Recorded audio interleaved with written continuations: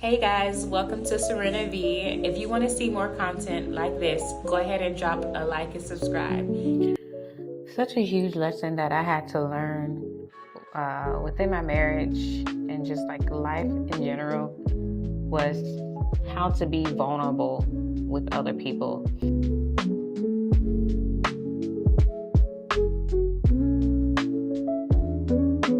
Beanie or Mr. Pete, I forgot his name, because that's what it started to look like. It always surprises me how when people put on their makeup and like they're starting from their finishing looks like two different people. I think that's what's going to happen here with my makeup. I'm going to look like a totally different person.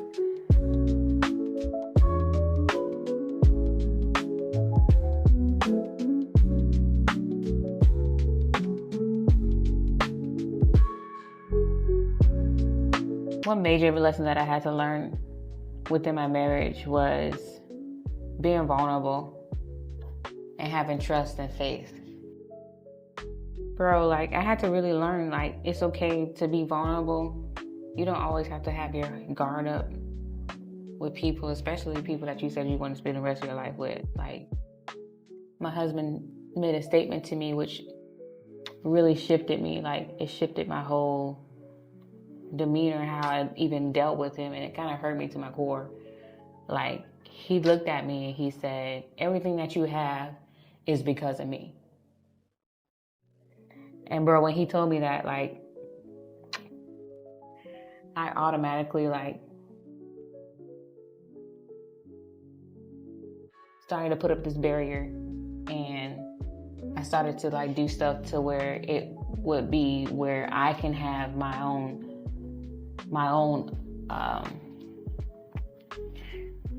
like he can't say, oh, I did that. Like I will do it so that he can't have any input in it, and that wasn't right. Like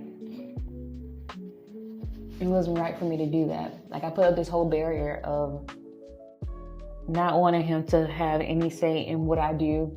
Like I would start paying my car note, doing different things to where he can't be like, oh, you have this because of me, you did this. Like it made me want to change completely. Like, and it took me having to sit down one day and just really telling him like, babe, you made this statement one time and it's been going forward with me for like the last year or so, and you probably noticed why I've been acting a certain way, and this is why. And I told him like, babe, you make me feel very, very, very worthless. You made me feel like I can't really do anything without you. With just one statement, like you made me feel like, okay, yeah, you can't do anything on your own. If it wasn't for me, you wouldn't be here. And I said that just made me wanted to move different. And so after having that conversation, because he definitely told me, he came back and told me, he's like, yeah, you were saying some stuff too. You were saying some stuff too, which I was. I would make statements as if like if he brought home a check or if he brought home some bacon or whatever, I would be like, oh, glory to God. God did it. God did it. Yes, God came through. You know, I would hype God up all the time. And to him, that made him feel like he's worthless. And he's going out there working hard hours for no reason. So I had to put in my brain like, man, I should be giving my husband praise, because, you know, our husbands, they desire praise too. They desire to feel wanted. They desire to feel valued. They desire to feel so much stuff as almost as equal as females do. Like females, they feel like they need to be desired. They feel like they want to have, you know, someone see worth and value in them. And so when he told me that, he's like, okay, when you made these statements, it made me feel worthless. So I had to big up myself and feel all macho.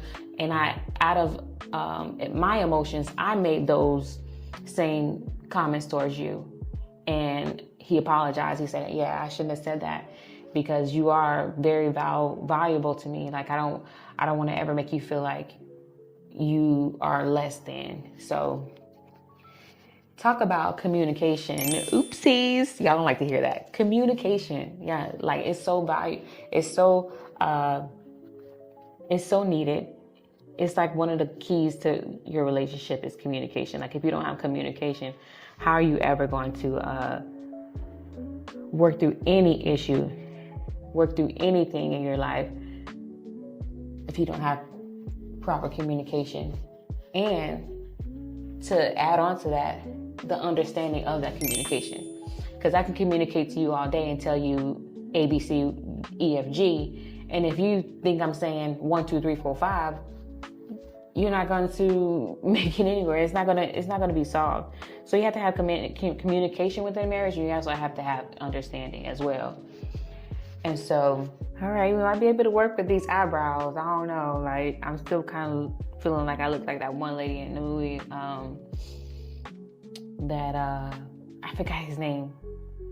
I think it's Adam Sandler's. Yeah, I think it's Adam Sandler's house. She was like, I'm gonna put it in here. She was like, that's how I feel, like right here. So we had that conversation, which was like such a rich conversation, such, a marriage enriching conversation to have. Like, you have to have those moments with your partner where you can just open up and tell them like, hey, this is how you've been making me feel, bro. Like, you've been doing this, you've been doing that. Like, and they have to be secure enough in their selves and their relationship that they understand, like, you're not coming at them. You're not coming at them as if they're the problem. Like, you're coming to join together to face a problem, which was something we had to learn as well. We had to really learn, like, bro, you're not the problem. We're facing this problem together. And so he definitely told me, like, hey, I don't want you to ever feel like you're not worth anything in this marriage, because you really are one of the key pillars in our marriage. Us together in general, we are key pillars in this marriage. And I don't want you to ever feel like, especially for me, making you feel like that you're not, because you are. Reassurance. It's called reassurance, guys. And so I had to have a tough talk with myself. I had to sit there and be like, okay, Sky, okay, Serena V, what you gonna do? Are you gonna sit here and still have up these walls? Are you still gonna sit here and try to play big guy and continue to put yourself in this situation where, oh, I can do this, I can do that, I can do this, Miss Independent all day, every day, which all women, we never want to be Mr. Independent. Some of y'all want to be independent. Y'all go ahead, have at it, have fun. I do not want to.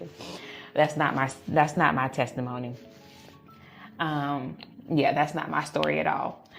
I love being feminine. I love being a woman. I love being in a woman's place. Like, I do not like to go out and work hard. Like, I like to be home and take care of my home and cater to the people that I love. Like, that is my joy in life. Like, so I had to tell myself, like, hey, am I going to sit here and have up this facade of, oh, I have to have this barrier because he can't come in this area no more. I don't ever want him to say that he can do this, he can do that. I don't want him to have that over my head. No, I really had to look inside and like take a deep look and say, Sky, hey, it's okay to be vulnerable. It's okay to have trust in God, have trust in your husband, have faith in God, have faith in your husband, and know that God loves us so much that he won't allow people to hurt us, and especially people that he put in your life, your divine sent people, your divine connections. He's not going to allow them to be vindictive against you. So you have to have that in your pocket and know, like, my God don't play about me. Boom. So what that did, I just opened up a new level of vulnerability. It opened up a new level of, come on, let's bounce the ball right here. Vulnerability. It opened up a new level for us. Like, it's okay to be vulnerable. Like, hey, It's okay if my husband does stuff for me. It's okay if I got my nails done, it was because of him. That's my husband. Go get you one of these. That's my husband. Go get you one of these. He got my nails done. Go get you one of these. Like, come on. And so I had to be tested in that area once again, actually. So I came out of the test. We had the conversation. We came out the test successfully. And I had to be proven in that area. Because once you come out of the test, you have to be proven in that area. And it came in the most surprising way. One of my close friends had asked me, they was like, "Oh, so he did this for you, girl? Why you?" Like she came at me like that, right? So I'm like, yes, he did, and it feels really good that he did that for me. Like he did that for me, type of thing. Like, yeah, I don't know what step you guys put y'all lip stuff on, but I just put mine on right before I put my lashes on. Lashes. But yeah, vulnerability goes both ways. It goes from husband to wife and wife to husband as well. Like, you guys have to be vulnerable with each other. And with vulnerability, it comes trust. And with vulnerability and trust, it comes faith in your partner.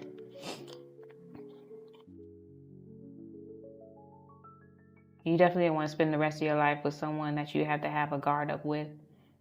Could you imagine, like, your partner doing something wrong and you go forward through life with a wall in that area, not ever allowing them in that area? Like, that's the new level of deliverance that you have to embark on. Like, you can't just sit there and have all these walls up within a marriage or within a relationship with someone that you said you love, you know? It's okay to be vulnerable. It's okay to trust. It's okay to have faith. And I have been tested in that area with my husband, you know, when he looked at me, he was like, okay, everything that you have is because of me. From my perspective, I took it as like, wow. He thinks that I'm meaningless. He thinks that I'm worthless. Like, he thinks this of me, which actually it was just him projecting how he felt onto me, which correction on both ends. Correction from me, correction definitely from him. You know, you don't need to project your feelings. This is for the men. You don't need to project and try to be so masculine and be so over dominant over your wife to make your point across or get your point across. Because first and foremost, we're the weaker vessel already. Like, you don't really need to over anything to get your point across. Do a self-check. You know, how secure are you within yourself to be like, okay, I know I'm bringing home all the bacon. I may not feel the praise, but how about I communicate that? This is something that he told me himself. I got to communicate better that how I feel towards you and how you make me feel sometimes. Because men, to be honest, you guys, you don't really like to express your feelings. This world has made us become so emotionalist, like, and disassociated with life, really. Like, you have to be okay with telling people, like, this is how you're making me feel. All right, guys, I had to finish up on my camera phone instead of using my regular phone, but I'm practically already done. Anyway, I'm just going to slide these edges on real quick and we're going to call it a day. Remember that it's the enemy's job to really take you away from your destiny helpers. And the enemy wants you to be confused and make you think like, hey, this person is here to harm me and not meant to help me, which that's a complete lie, especially in relationships where God is like a divine sent. The enemy's always going to come after you together. It's never just you. It's never just you. It's you together that the enemy is trying to come against your assignment. So, and this is the final look, guys. Don't talk about my eyebrows. They're not coming for you, so don't come for them. Please and thank you, ma'am. But yeah, catch me on next video. So serene.